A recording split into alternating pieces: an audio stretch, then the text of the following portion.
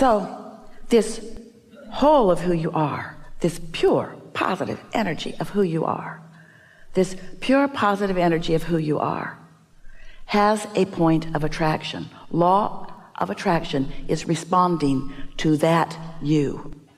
If you've been hanging around with us for a while, you've heard us say, we say it often, one who is connected to this stream of well-being is more powerful than millions who are not. So that point of attraction is powerful, more powerful. Hard to define how much more powerful. And we want you to contemplate for a moment with us why that part is so much more powerful in its point of attraction. Because there's no contradiction in the energy.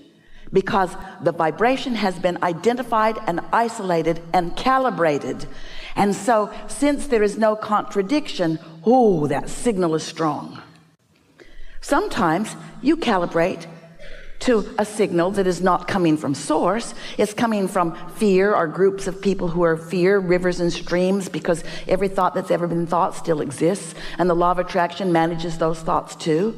So there are plenty of beliefs and thoughts and rivers and streams that humans think that if you're just bipping along not thinking anything and just slightly negative about your life experience, you can easily, because law of attraction will draw you there, because law of attraction isn't doing what's best for you. Law of attraction is not even trying to do what's best for you. The law of attraction is not your mother. The law of attraction is an equal opportunity across the board responder to your vibration and a matcher of vibrations. So if you are ornery about something, the law of attraction will say, here's some more, here's some more, here's some more. It's just the way that it works, you see. So as the law of attraction is responding to everything that is abounding, you have choices. You can calibrate to wanted or unwanted, but you can't all of a sudden, after you've been calibrated, after you've been noticing, after you've been complaining, after you've been observing, do you know? Heard us say this many times if you've been hanging around with us.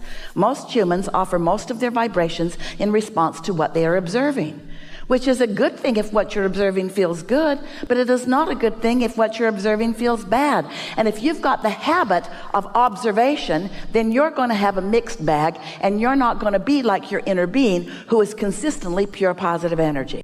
Now that's okay. You're not ever going to be that until you croak. You're not ever going to be that until there is nothing in the physical realm that has your attention. And you came to the physical realm intending to give your attention to things in the physical realm, because calibrating to unwanted gives birth to what is wanted, and that's the evolution of all species. It's the expansion of the universe. It's a good thing, not a bad thing. You just have to decide, once you've taken that step one by knowing what you don't want and asking for more, you just have to decide if you're willing to start looking toward what you're asking for, or if you're going to stay in the defense mode of explaining to someone, usually your mother, why you want it. That's what other humans do to you. You say, I would really like this, and they say, what makes you think you deserve that? Most of the world doesn't have that. Who do you think you are? And you're usually not with it enough to say, I'm source energy in a human body, and I get what I want. You're usually not frisky enough to say, oh, well, it's nice talking to you. I think I'll go over here where I no longer have to talk to you. Because you are seeking calibration from me. Because now, why do you do that? Why do they, why does anybody, why do you seek understanding of others? Why do you want them to get you? Why do you want them to get you? Because if they get you, you feel better. You feel better than if they don't get you. We get that. But why is it important for them to get you? Here's the answer. Here's our answer. Take it or leave it. Here's our answer. The reason that you want humans to get you is because you've forgotten who really gets you. You've lost track of what it feels like to really be tuned in. So we don't want you to tune to this frequency. We don't want you to calibrate to the frequency of source for the power of it, although it is powerful beyond description. We don't want you to calibrate to that for the power of it. We want you to calibrate to that for the pleasure of it. And stop looking for love in all the wrong places. Stop looking for it with somebody who's depressed, or somebody who's jealous, or somebody who's lost, If you're walking along a mountain, it's a nice, great view.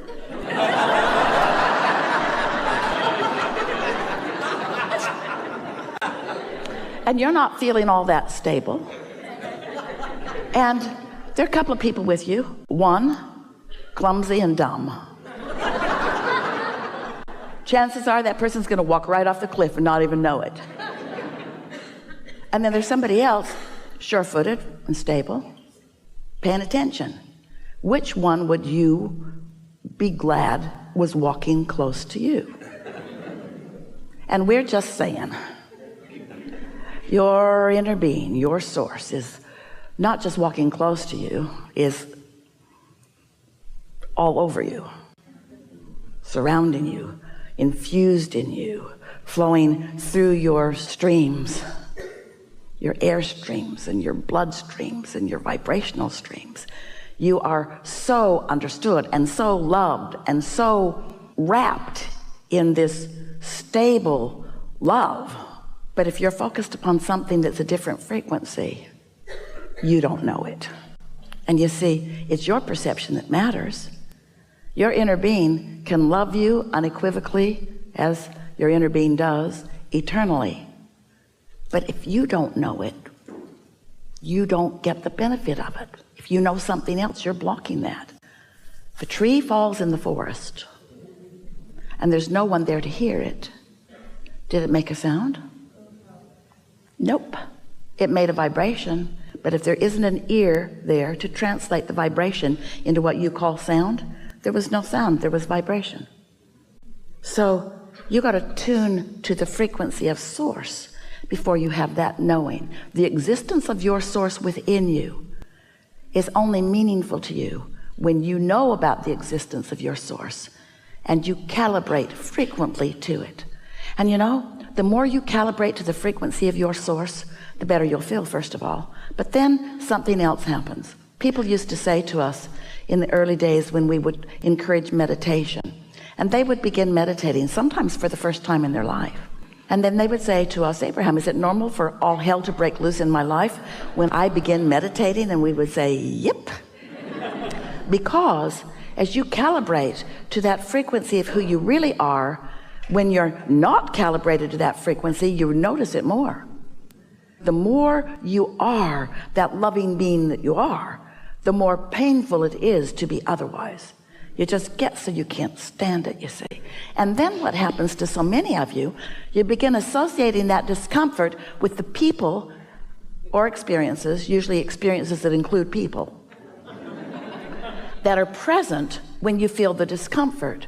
And then you think it's their fault. Because before they were there, you didn't feel this way. So they should change. They should do something different so that you can feel better. And that's what we mean by calibrating to things that are unstable. We're not talking smack about humans. Well, we sort of are. You're blessed and you're beautiful and you're magnificent and you are a balance of contrast just like you knew you would be. So let's go back to this business of when you see something that you like and you focus on it, it feels so good. But then when you see something that you don't like and you focus on it, it feels so bad. Let's talk about the disadvantage of looking for feeling good in that way.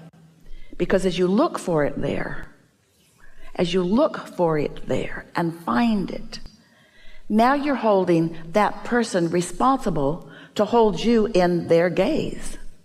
They got to be stable. So you're not giving them the opportunity to have their own expansion. You're not giving them the opportunity to calibrate. You're saying, get calibrated and focus on me because I only have the ability to get my juices from you. And it's not long before you resent them for a number of reasons. First of all, they don't have the ability to only focus on you. And then you feel like something that has been tethered that isn't. And next of all, they can never provide the satisfaction that you will feel when you hook into who you really are. So love them but don't need them. So today we're eager to begin now talking with you about anything that is important to you. There's nothing off limits, and it will unfold in a lovely way.